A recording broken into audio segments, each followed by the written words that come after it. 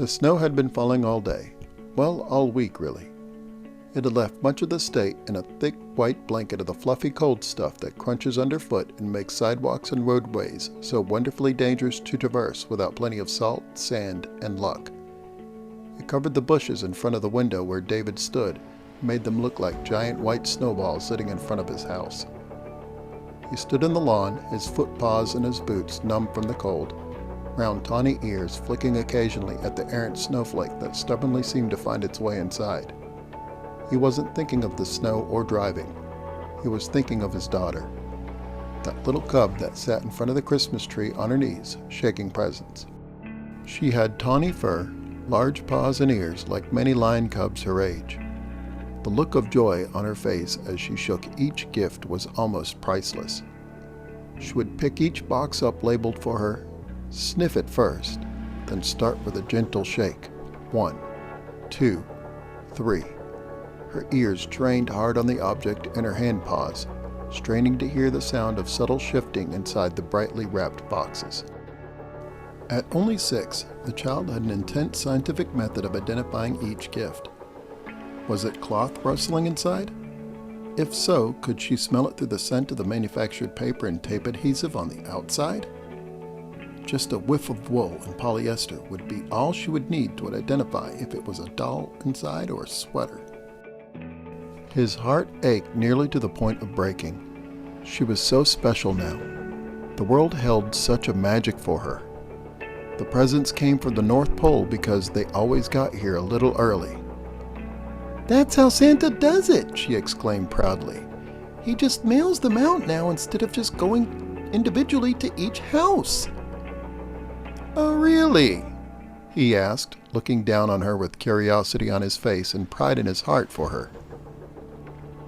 It had been late that night, right before bed. She held the first present proudly in her paws. Christmas was weeks away then. The first snow had already fallen that year. Patches of the white stuff clung stubbornly in yards. Soon it would be sticking around at least until March, if not the start of April. "Yeah, Dad," she said, her tail twitching in that "you-know" manner. "There's so many kids now, Santa can't just give gifts out and go down chimneys anymore. He'd never make it, so he mails them out to you guys." The tree had already been put up, a nice fake one. It didn't have the pungent smell of the real trees, something he, as a feline, was thankful for. Stockings hadn't been hung by their fake fireplace yet, nor the Advent wreath on the table. They did have a manger scene set up, however, perfectly placed over the fireplace on the mantel in between where the stockings would hang. He didn't have the heart to tell her that it was because he and his mother wrapped the gifts when she was in school and put Santa's name on them. He didn't have the heart to tell her that Santa wasn't real. He knew he should, he felt he should, but somehow something inside just said no. Not yet. A sense of wrongness filled him about spoiling the magic of the holiday for her. However, another sense of wrongness had also filled him. The wrongness of letting her live with the delusion, of believing in Christmas magic and miracles past the age for it. The lion pulled his coat tighter around himself and sighed heavily, the weight of the problem pressing down hard. He had to tell her. She couldn't grow up believing in Santa. His fellow coworkers had already told all their kids. One parent happily said, the sheep grinning over her salad, "I already told mine about Santa. I figured they have a right to know the real world. I tell them we buy the gifts and put his name on it. That way they know. They have no delusions." It had seemed so right when he heard it then. But now, was it? Would he be spoiling the season for her? Was it right to let your child believe in a fantasy started from an old poem? "I have to tell her," he said finally. "I can't let her have any delusions of the world we live in. She deserves to know the truth." With that, he steeled himself to go inside and give her the awful news. He watched her pick up a new package, this one much bigger. Why, it could have been a sweater. Or it could have been the new doll that all the kids were raving about. It was just the right size for it. She took 2 good sniffs, then a third to be sure. She shook it gently once, twice. Then her smile grew wider. She thought she knew just what was inside. She'd still have that at least, right? The joy of shaking presents and guessing from Mom and Dad. Right before he turned to go back inside, something pulled him away from the window. It wasn't sound that caught his attention, it was motion.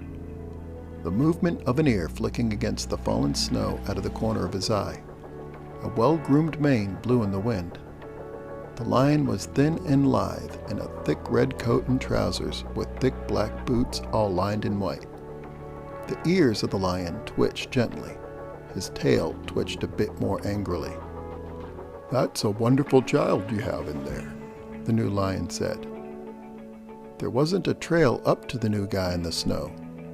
He didn't fall from the sky, certainly. And creatures just don't appear. Okay, David said, turning to look at the lion. He was dressed like Santa from head to toe. Just like Santa, he appeared as a species of the one who saw him. That special Christmas magic that made him almost anything to anyone, whatever the person who was viewing him needed him to be. "Okay, hallucination. I have to go now," he said, turning to avoid the new lion.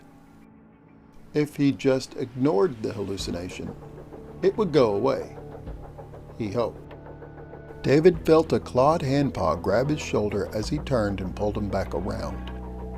"Hallucination, huh?" the lion snarled. "Then how could you feel this?" With that, the being in front of him started to poke his chest. Hard. "Ow!" David cried, twisting away from the poking. "Not so hard with the claw, fella." "Well, you called me a hallucination. What did you think I should do? Let you continue to insult me?" The poking persisted twice more. Okay, David said, finally throwing his paws up to ward off the offending digit. "I'm sorry." "Grace in there is a wonderful little girl," the new being said, turning back towards the window. The father nodded. "I know, top of her class," he said, smiling proudly. "She's already learning multiplication and division, while most of her class is still working on addition." "She's quite inventive, too. Imaginative. You must be proud, David," he said, grinning just a bit. His ears tilted backwards a little in the feline manner as he did so. "How did you know my name?" he asked. "Well, allow me to introduce myself. I'm Kris Kringle," the cat said. He didn't offer a paw to shake the way equines and bovines did, nor offer his wrist for a sniff like a canine. Instead, he leaned in close and let David sniff both shoulders like a proper feline. Of course, if he really was a hallucination, it would make sense for him to act like a cat. Or a lion in this case, since David would have been the one having the hallucination. "Right. Santa Claus," David said, smiling gently. "Don't be so formal. Just call me Kris," the lion said with a twinkle in his eye. David looked at the lion and felt a bit of his childhood self restored somewhat within him. A young hopefulness that had long been dead was revitalized at the sight. "What were you thinking of doing just now?" Kris asked. His voice held a tinge of admonition with just a bit of patience. He placed his hand paws on his hips, his tail flicking behind him as he looked upon David, waiting for an answer. "I was going to tell her the truth," David replied, stepping back slightly from the new guy. "You were going to blow it," Kris patted him on the shoulder. "Your father blew it for you years ago." "Yeah, it was about the same time as the divorce. Dad and Mom was separating. He was moving away. I was asking every night for you to just make them forgive each other, to make them love again," David replied, looking back into the window now. His eyes didn't see his daughter anymore. Instead, he was looking into the past, remembering. "You wrote letters," Kris said. "You asked. You even prayed for them to fix it. You asked God, you asked me, you asked anyone you could think of who would listen. Those are the hardest letters and wishes to deal with." Kris and David watched as Grace stood up from the tree and ran into another room, possibly to answer the call of her mother. "Every year, I get thousands of letters and wishes like that. Please make Mommy and Daddy love each other again. Or please make Mom and Dad stop shouting. Or worse." As Kris briefly described what he was talking about, his tail twitched like mad, ears folded backwards in pain and distress. A sneer formed on his muzzle. "When your dad knelt down to you on that fateful day, I told him to tell you that Santa can't fix love when it's broken. That sometimes love gets broken between two people and becomes a different kind of love, or stops being love at all. He was supposed to say that they will always love you though, and that it's not your fault and you should not blame yourself," he said. "Oh, I know that now," David replied, staring into the window. His ears weren't folded or tail twitching. Dad had an affair. Mom was pissed and she divorced him, moved out. Their marriage had grown cold and both really wasn't in it anymore for the love. It's a sad story, but not uncommon. I don't blame anyone, really," he said, then looked over at Kris. "I don't blame you or him." "What he told you instead was that Santa isn't real. He can't help us because he don't exist." Kris's tail was now almost striking David. It was twitching so bad. "He broke your heart twice that year." "Yes, then he moved out and visited on the weekends. So what? Lots of kids go through that," David replied, looking into the window again. He couldn't face the apparition or hallucination or whatever it was. Not right now, as he struggled to keep his ears upright and his tail was ramrod straight to avoid flicking in agitation and anger that he felt. "So part of the magic for you left the world that day." Kris turned towards David. "He killed the magic for you. It's a parent's job to keep that magic alive for their child as long as possible. The magic is what makes the world large and wonderful for a child. It gives them hope and fuels their imagination. Your life is good now, but you could have been a doctor, a scientist, even an engineer," Kris continued. "Now, you're just an office manager." "Well, I probably would have always been an office manager," David replied, shrugging slightly. "Maybe, but perhaps your imagination and ideas and design during college could have won awards. You could have even had the courage to move on further from there into a different field from those classes you almost took," the lion replied, ear tilting a shrug. "Imagination is important to a child. It's what makes their entire world bright, alive, and hopeful. When you tell them the truth of things too early, it breaks a part of the child inside them.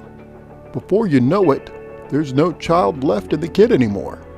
They're just adults running around trying to pretend to be children." David thought about his sheep co-worker, how she told about her kids with such pride in that moment. "I never told them about Santa," she said, sitting over the salad she had brought for lunch. Her smile and confidence had almost been infectious at the time. It seemed like such wisdom. Prepare the children for the real world. After all, isn't that a parent's job? It didn't seem so smart now. "What about those kids that never learn about you? Never learn about anything fantastical?" he asked, his curiosity getting the better of him. Kris turned towards him, his eyes filled with sorrow. His tail hung limp.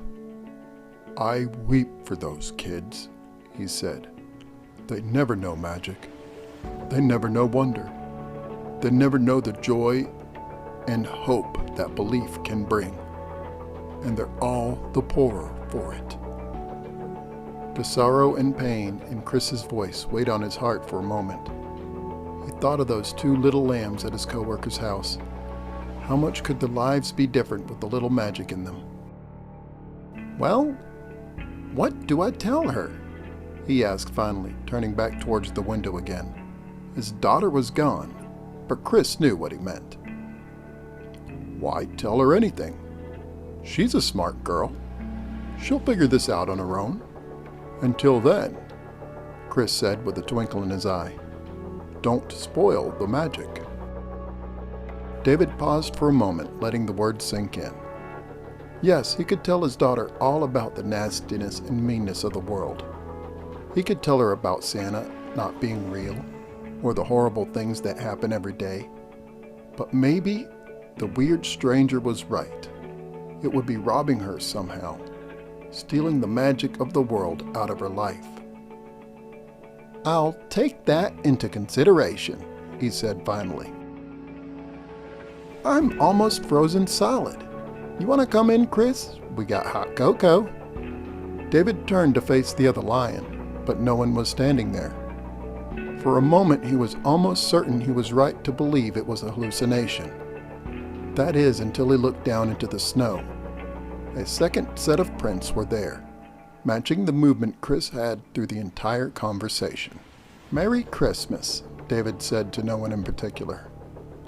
As he stepped back inside, he could have sworn he heard a gentle chuckle and a voice say, "Merry Christmas to you too."